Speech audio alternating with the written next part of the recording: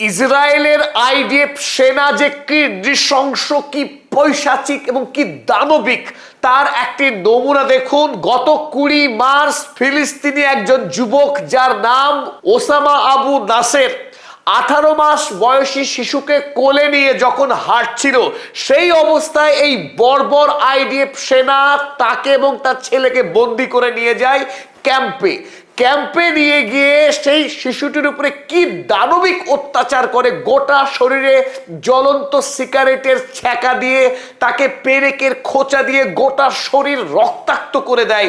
10 ঘন্টা পর সেই শিশুকে তার পরিবার ফেরত পায় রেড ক্রসের সহায়তায়। আপনারা সেই ভিডিওটি দেখুন। গোটা পৃথিবীর মানুষ এই ভিডিও দেখে শিউরে উঠেছে। দানবিক ইসরায়েল রাষ্ট্রের যে ধ্বংস দরকার, কেন বেঞ্জামিন নেতানিয়াহুর শাস্তি চাইছে গোটা পৃথিবী, তার একটা নমুনা দেখুন এই ভিডিওতে। মায়ের কোলে অসহ্য যন্ত্রণায় ছটফট করছে এই 18 মাস বয়সী জোয়াদের 2 পায়ে এইরকম পোড়ার অসংখ্য দাগ, অসংখ্য জায়গায় পেরেকের ক্ষতচিহ্ন। তার পরনে যে প্যান্ট ছিল সেই প্যান্টটি রক্তাক্ত হয়ে ভিজে গেছে এই 18 মাস বয়সী শিশুর রক্তে। কল্পনা করা যায় যে সেনা এই শিশুর উপরে অত্যাচার করতে পারে, তারা কি আদৌ মানুষ? তারা সেনাবাহিনী আইন রক্ষার কাজ করে। পৃথিবীর কোন দেশ আছে এমন পাশবিক সেনাবাহিনী, যে সেনাবাহিনী একটি শিশুকে এইরকম অত্যাচার করতে পারে? তার বাবাকে দিয়ে মিথ্যা কথা বলিয়ে নেওয়ার জন্য সে একজন জঙ্গি এবং অনুপ্রবেশকারী ইসরায়েলে, এই দাবি স্বীকার করে নিতে বাধ্য করতে তার ছেলেকে এইভাবে পুড়িয়ে দেওয়া হয়েছে। 10 ঘন্টা অত্যাচার করবার পর রেড ক্রসের মাধ্যমে তার মায়ের হাতে এই শিশুকে পৌঁছে দেওয়া হয়। এখনো পর্যন্ত তার বাবা ডিটেনশন ক্যাম্পে বন্দি আছে। যদি এই 18 মাস বয়সী শিশুর সঙ্গে এই অত্যাচার হয়, তাহলে তার বাবার সঙ্গে কি অত্যাচার করতে পারে ইসরায়েলি সেনাবাহিনী, সেটা কল্পনা করলেও শিউরে উঠতে হয়। এই জন্যই বলা হয় গোটা পৃথিবীর মানচিত্রে ইসরায়েল রাষ্ট্র একটা অভিশাপ, একটা ভয়ঙ্কর বিষ, মানব জাতির ক্যান্সার এই ইসরায়েল রাষ্ট্র। যে শিশুকেও তারা বর্বরভাবে পৈশাচিক কায়দায় অত্যাচার করতে পারে। এই ফিলিস্তিনি শিশুদের অপরাধ কি? অপরাধ এই যে তারা প্যালেস্টাইনে জন্মিয়েছে, তাদের নিজেদের দেশে জন্মিয়েছে। এই অপরাধে ইতিমধ্যে 20,000 শিশুকে দানবিক কায়দায় খুন করেছে ইসরায়েল গত 2.5 বছর ধরে। সেই ইসরায়েলের প্রধানমন্ত্রী বেঞ্জামিন নেতানিয়াহু দাবি করছে ইরান একটি টেররিস্ট স্টেট। ইরান নাকি শিশুদের হত্যা করে। এখনো পর্যন্ত এই যুদ্ধে একটি মাত্র শিশু আহত হয়েছে ইসরায়েলের।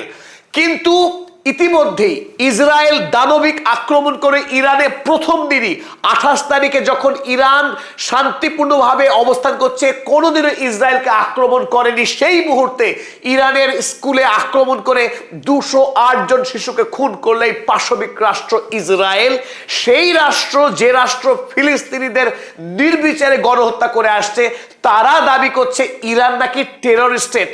তাই স্বাভাবিকভাবে আজ ইরানের পার্লামেন্টের স্পিকার গোটা বিশ্ববাসীকে স্পষ্ট বার্তা দিয়েছে, হয় আপনাদেরকে এই ফিলিস্তিনি জনতার পাশে দাঁড়াতে হবে এবং অত্যাচারী এই কলোনিয়াল স্টেট ইসরায়েলের বিরুদ্ধে অবস্থান নিতে হবে, নতুবা আপনাদেরকে আমেরিকার এপস্টিন ক্লাস তাদের সঙ্গে থাকতে হবে।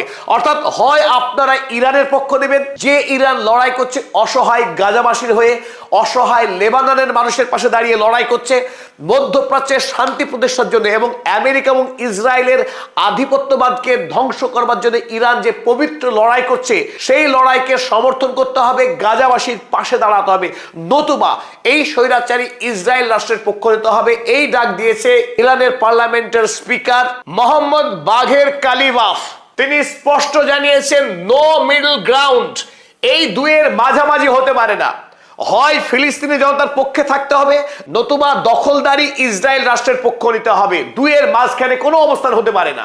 আর আরো এক ধাপ এগিয়ে ইরানের প্রেসিডেন্ট মাসুদ পেজেশকিয়ান সমগ্র মুসলিম বিশ্বের রাষ্ট্রকে স্পষ্ট অবস্থান নিতে দাবি করেছেন।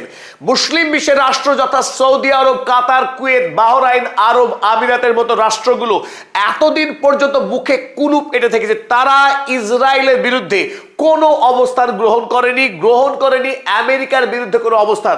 এমনকি যখন আমেরিকা এবং ইসরায়েল যৌথভাবে আন্তর্জাতিক আইন ভেঙে, সমস্ত নিয়ম ভেঙে অন্যায় করে ইরানের উপরে হামলা চালিয়ে ইরানের সর্বোচ্চ নেতাকে খুন করেছে, তারপরেও সাহস হয়নি মুসলিম বিশ্বের রাষ্ট্রগুলির আমেরিকার বিরুদ্ধে, ইসরায়েলের বিরুদ্ধে একটি শব্দ বলা যে ইসরায়েল এবং আমেরিকা অন্যায় করে ইরানকে হামলা চালিয়েছে। উপরন্তু বরং জাতিসংঘে গিয়ে ইরানের বিরুদ্ধে নিন্দা প্রস্তাব পাঠ করেছে এই আরব দুনিয়ার রাষ্ট্রগুলো জয়েন্ট স্টেটমেন্ট